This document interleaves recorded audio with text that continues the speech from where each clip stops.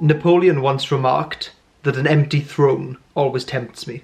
ENTJs are restlessly industrious and don't feel truly alive unless they are pushing towards something. The moment one goal is achieved, it's almost instantaneously replaced by another one. ENTJs just love and relish the opportunity to direct, marshal, and organize resources, whether that's allocating capital, managing people at a company, or even just rearranging their living room. Whereas the INTJ is using their extroverted thinking as an organizational aid to achieving their introverted intuition's long-term vision. With the ENTJs, it's slightly different. The ENTJ's NI is kind of like a goal generator, feeding into extroverted thinking's need to make things happen in an effective and efficient way. Extroverted thinking is about influence and impact. It likes to move things around, but unlike SE DOMs, who will shake things up just because they're bored, ENTJs always have the ambition of improving things while they're rearranging the chess pieces. ENTJs are the ultimate achievers by virtue of their capacity for dispassionate analysis and decisive action. But their lead extroverted thinking's systematic brilliance comes at the expense of suppressing introverted feeling. This results in the ENTJ's famous tendency to ignore or simply bulldoze the individual concerns and needs of the people around them or in their way. TE wants to know what works and what doesn't work, and in many cases, who doesn't work. The considerations about how the people around them might feel about the decisions they're making comes much later, as in never. Having NI and SE as their middle two functions doesn't really do anything to lessen this ruthless pragmatism. Since NI wants to push forward relentlessly, unlike NE, which is willing to sit back and ponder and discuss and entertain multiple perspectives. And their SE wants to view things in the most realistic and concrete way, and isn't really attached to tradition in the same way that SI can be. This combination of all four of the ENTJ's main functions make them, in my view, the ultimate pragmatists.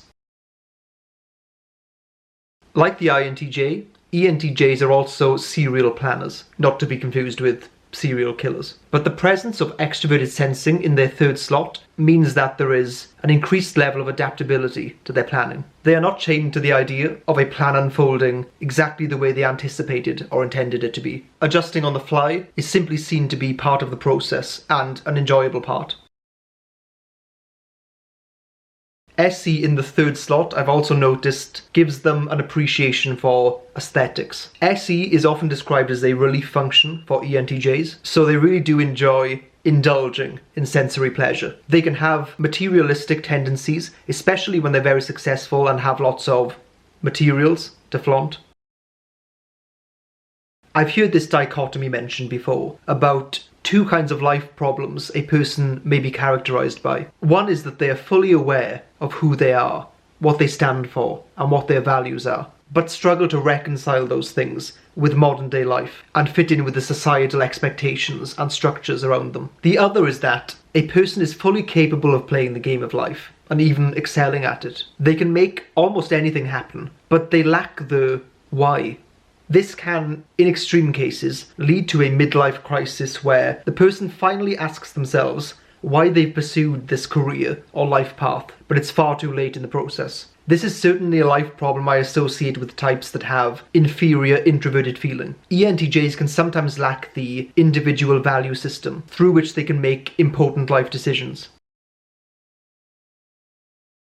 ENTJs have SI polar, so you can think of it as the function they struggle with the most. This can manifest as a difficulty with small and precise details. They are big picture orientated and almost always prefer to outsource those, in their minds, unimportant details of a task. This can obviously be very dangerous in situations where small details make a big difference, and during an ENTJ's rise to power, they may not always have minions they can delegate those things to. In contrast to their willingness to indulge in the sensory SE pleasures, when it comes to the homeostasis and comfort that SI can be associated with, ENTJs also struggle. They can end up pushing themselves at the expense of their physical health, such as not getting enough sleep or just being a workaholic. This combination of FI inferior and SI polar can be like a double whammy, causing both emotional and physical health issues. As we all know, ENTJs tend to end up in positions of power and leadership. So my advice to them would be, make sure to look after yourself so that you can better look after everyone else.